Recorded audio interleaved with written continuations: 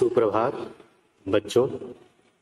आज हम आपकी पाठ्य पुस्तक हिंदी भाग 1 के पाठ संख्या 9 को पढ़ेंगे, जिसका शीर्षक एक कविता है, जिसमें कर्मवीर व्यक्तियों के गुणों का चित्रण किया गया है। इस कविता में कर्मवीरों के साहस, सामर्थ्य और किस प्रकार से वह असंभव कार्यों को संभव कर डालते हैं, इन सभी बातों का चित्रण किया गया है। तो आइए पहले जानते हैं इस कविता के कवि के विषय में। इस कविता की रचना अयोध्या सिंह उपाध्याय हरिऔध जी के द्वारा की गई है। यह एक सुप्रसिद्ध साहित्यकार थे, जिनका जन्म आजमगढ़ जिले में हुआ था। ये 2 बार हिंदी साहित्य सम्मेलन के सभापति भी रह चुके और सम्मेलन द्वारा विधावाचस्पति की उपाधि से सम्मानित किए जा चुके हैं। प्रिय प्रवास हरिऔध जी का सबसे प्रसिद्ध और महत्वपूर्ण ग्रंथ है। यह हिंदी खड़ी बोली का प्रथम महाकाव्य कहा जाता है। कर्म प्रधान विश्व रचि राखा, जो जस करहि सो तस फल चाखा। सकल पदारथ है जग माही, कर्महीन नर पावत नाही। मनुष्य के जीवन में कर्म की प्रधानता से, चाहे रामचरितमानस हो या गीता, दोनों में ही कर्म को ही प्रधान बताया गया है। हम अपने कर्मों से ही अपने भाग्य को बनाते हैं और बिगाड़ते हैं। हमें कर्म के आधार पर ही उसका फल प्राप्त होता है। कर्म सिर्फ शरीर की क्रियाओं से ही संपन्न नहीं होता, बल्कि मन के विचारों एवं भावनाओं से भी कर्म संपन्न होता है।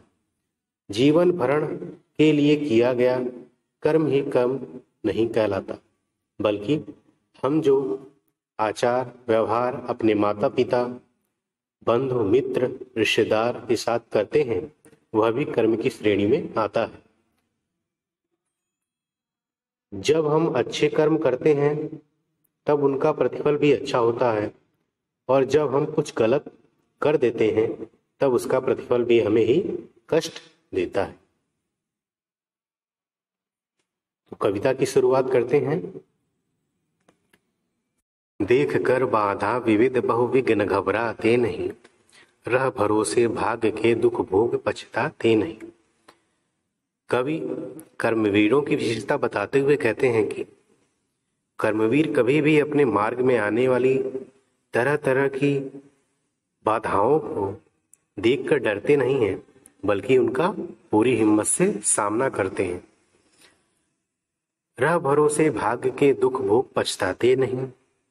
कर्मवीर अपने जीवन में आने वाले किसी भी दुख के लिए अपने भाग्य को नहीं कोसते, बल्कि वह अपने सामर्थ्य से अपने बुरे दिनों को, अपने दुखों को सुखों में बदल देते हैं।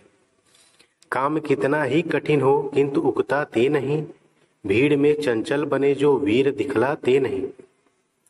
कर्मवीरों के समक्ष कितना भी कठिन कार्य क्यों न हो जाए, कितना भी कठिन कार्य उनके समक्ष क्यों न हो, वे कभी उस कार्य से घबराते नहीं, कभी उससे उकताते नहीं। भीड़ में चंचल बने जो वीर दिखलाते नहीं। कर्मवीर कभी भीड़ के रास्ते पे नहीं चलते, वे औरों के रास्ते को नहीं अपनाते, वे अपना रास्ता खुद बनाते हैं, और इस प्रक्रिया में वह खुद को वीर साबित नहीं करना चाहते। हो गए एक आन में उनके बुरे दिन भी भले।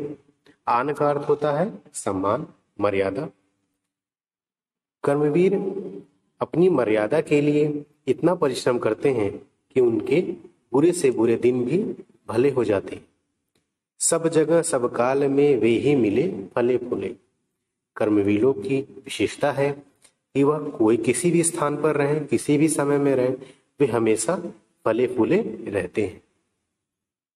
करना है जिसे करते उसे है आज ही, सोचते कहते हैं जो कुछ कर दिखाते हैं वही।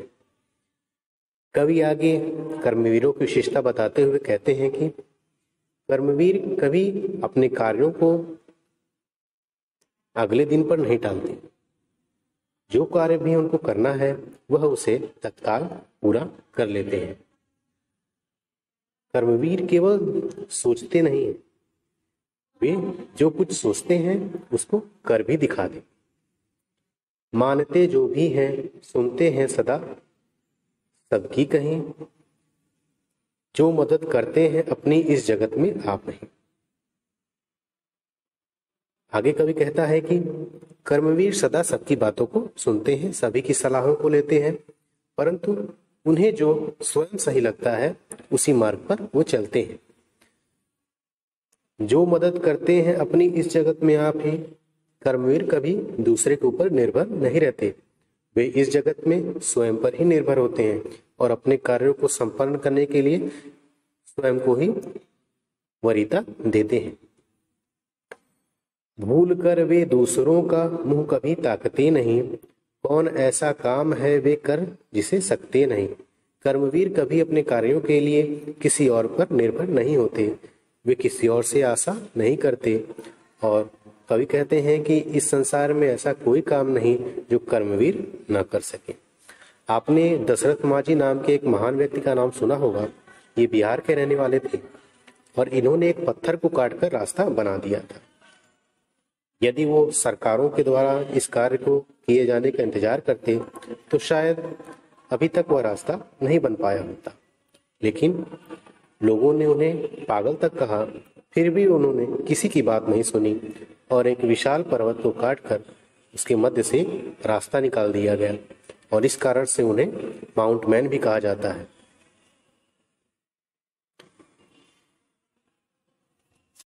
जो कभी अपने समय को यूं बिताते हैं नहीं, काम करने की जगह बातें बनाते हैं नहीं। कवि कर्मवीरों की विशेषता बताते हुए आगे लिखते हैं कि कर्मवीर कभी अपने समय को यूं ही नहीं नष्ट करते, वे अपने प्रत्येक समय का सदुपयोग करते हैं और अपने काम करने की जगह बातें नहीं बनाते। उनके समक्ष जो भी कार्य होता है वह उसे पूरी जिम्मेदारी के साथ पूर्ण करते हैं।